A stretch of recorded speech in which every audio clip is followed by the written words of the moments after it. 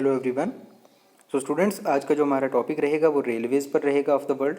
ठीक है, तो अब देखो रेलवेज़ जो है बेस्ट सूटेड किसके लिए हैं कि जब हमारे पास बल्कि गुड हो यानी हैवी सामान हो, और पैसेंजर्स के लिए जब वो लॉन्ग डिस्टेंसेस ट्रैवल कर रहे हों तो इसमें हमें रेलवेज़ की ज़रूरत पड़ती है। और हाईली इंडस्ट्रियलाइज्ड एरियाज़ जहाँ पे ज़्यादा इंडस्ट्रीज़, हाईली डेवलप्ड इंडस्ट्रीज़ हों, या अर्बनाइज्ड रीजन्स जो हैं या मिनरल रिच रीजन्स हैं, उनको रेलवेज़ के साथ जोड़ दिया जाता है फॉर ट्रांसपोर्टेशन। किसके लिए कि अगर कोई इंडस्ट्रियल रीजन है वहाँ पे ओर्स के लिए, क्रेन्स के लिए, टिम्बर के लिए और मशीनरीज़ के लिए, कि इंडस्ट्रीज़ को मेजर जो है वो मटेरियल की रिक्वायरमेंट होती है, तो उनको जोड़ दिया जाता है किसके साथ, रेलवेज़ के साथ, ताकि मटेरियल ट्रांसपोर्ट ईजी हो जाए। देखें जितने भी कॉन्टिनेंट्स हैं वहाँ पर डेंस नेटवर्क होता है, जो जिसमें सबसे हाईएस्ट जो है वो यूरोप का है। ठीक है, डेंसिटी वाइज देखें जाए तो रेलवेज़ की, तो यूरोप में सबसे ज़्यादा आपके पास डेंस रेलवेज़ हैं। उसके अलावा अफ्रीका, एशिया, साउथ अमेरिका, ठीक है, यहाँ पे मेजर देखा जाता है कि मिनरल रिच रीजन और फर्टाइल एरियाज़ को, ठीक है, उसमें हम यूज़ करते हैं, वहाँ पे नेचुरल रिसोर्सेज को यूटिलाइज़ करने के लिए हम रेलवेज़ को यूज़ करते हैं। बाकी जो है वो पैसेंजर ट्रांसपोर्ट के लिए मेजरली यूज़ किया जाता है। अब इसमें हमारे पास आता है ट्रांस कॉन्टिनेंटल रेलवे, जो सबसे इंपॉर्टेंट टॉपिक जो हम इसको पढ़ेंगे रेलवेज़ के अंदर, वो ट्रांस कॉन्टिनेंटल रेलवेज़ के बारे में पढ़ेंगे। तो देखें ट्रांस कॉन्टिनेंटल रेलवेज़ की जब हम बात करते हैं तो ट्रांस कॉन्टिनेंटल रेलवेज़ वो हो गई जो एक कॉन्टिनेंट के दूसरे एक कॉन्टिनेंट के पूरे दो पार्ट के अंदर होल कॉन्टिनेंट पर रन करें। सिंपल कि कॉन्टिनेंट के एक हिस्से को दूसरे हिस्से के साथ जोड़ दें। ठीक है, to end is called transcontinental railway. ठीक है, they are constructed for economic and political reasons. बहुत सारे रीजन्स की वजह से जोड़ दिया जाता है इसको। ठीक है, कि इकोनॉमिकल या पॉलिटिकल रीजन्स की वजह से। और अब हम जो पढ़ेंगे इसमें हम पढ़ेंगे कुछ इंपॉर्टेंट जो है वो ट्रांस कॉन्टिनेंटल रेलवेज वर्ल्ड के। इसमें सबसे पहले आता है ट्रांस साइबेरियन रेलवे। तो trans Siberian railway and the longest railway in the world, ये रशिया में है और ये लॉन्गेस्ट रेलवेज है वर्ल्ड का। ठीक है, सबसे लॉन्गेस्ट ये कहाँ से होता है, सेंट पीटर्सबर्ग यहाँ पर रशिया के ओरिजिनेट होता है, और व्लादिवोस्क यहाँ पर जो एक जगह है आपके पास, यहाँ पर व्लादिवोस्क है, वहाँ तक ये कंटिन्यूस पूरे रशिया कॉन्टिनेंट को ज्वाइन करता है। ठीक है, और बहुत इंपॉर्टेंट जो रीजन है जैसे मॉस्को हो गया, इर्तुस हो गया, चीता हो गया, ये मेजर रीजन है आपके पास जहाँ से ये इनको कवर करता है। इर्तुस है, फिर ठीक है, उसके बाद ऐसे आपके पास सेंट पीटर्सबर्ग से निकलता है, उसके बाद वोल्गा से होते हुए, ठीक, तो जितने भी मेजर रीजन्स हैं यहाँ से इनको कवर करता है ये पूरे का पूरा जो है ट्रांस साइबेरियन रेलवे। इसमें अब एग्रो सेंटर, एग्रीकल्चर सेंटर हो गए, उसके बाद आपके पास जितने भी इंडस्ट्रियल सेक्टर हैं सबको कवर करते हुए पैसेंजर्स के लिए भी यूटिलाइज़ किया जाता है ये रेलवे लाइन। तो ये trans Siberian railway world longest railway line है। फिर उसके बाद जाता है trans continental railway.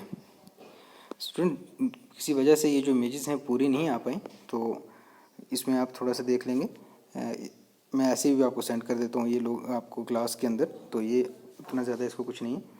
Trans continental railway 1886 में कंस्ट्रक्ट हुई, 7050 किलोमीटर लॉन्ग है। कनाडा के हैलीफिक्स इस साइड आपके पास है, सॉरी हैलीफिक्स इस साइड ईस्ट पर है। ठीक है, to Vancouver in the west, ये वैंकूवर है। ठीक है, हैलीफैक्स से लेके वैंकूवर तक पूरे कनाडा को कनेक्ट करता है।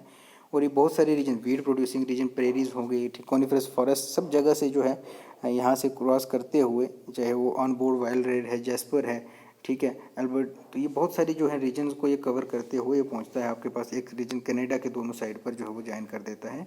Major wheat and meat producing जो है वो यहाँ पर है, इसी लाइन पर आते हैं जो एक्सपोर्ट किया जाता है एक जगह से दूसरी जगह पर।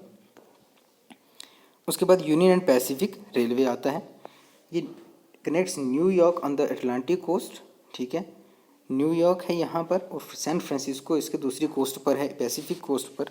ठीक है, बहुत सारी जगहों से, क्लीवलैंड से होते हुए, शिकागो से होते हुए, ठीक है, उसके बाद ओमाहा, इवांस, बहुत सारे रीजन्स हैं जहाँ से करते हुए आपके पास गुजरता है ये trans union and Pacific railway. ठीक, मोस्ट वैल्यूएबल जो एक्सपोर्ट होता है इस पर वो क्या होता है, ओर, ग्रेन्स, पेपर, केमिकल और मशीनरी जो है ये मेजर इसके लिए यूटिलाइज किया जाता है, प्लस पैसेंजर्स को हम इसके साथ जोड़ेंगे ही। उसके बाद ऑस्ट्रेलियन ट्रांस कॉन्टिनेंटल रेलवे, ये पूरे ऑस्ट्रेलिया कॉन्टिनेंट पर रन करता है। ठीक है, एक साइड पर्थ को एक साइड से, ठीक है, सिडनी के साथ ज्वाइन करता है। ठीक है, ये सिडनी है यहाँ पर, यहाँ पे इसकी आपके पर्थ है, तो पूरे देखें आप कॉन्टिनेंट के एक साइड से दूसरी साइड को जोड़ देता है। ठीक है, और बहुत सारी रीजन को इसमें ज्वाइन करता है, चाहे वो कालगुल्ली हो, उसके बाद फ्रॉस्ट है, ठीक है, उसके बाद पीटर्सबर्ग है। तो ये हमारे पास ये रहे ऑस्ट्रेलियन ट्रांस कॉन्टिनेंटल रेलवे। इसके अलावा another north south line connects Adelaide and Alice Spring and to be join later to Darwin Birdum link.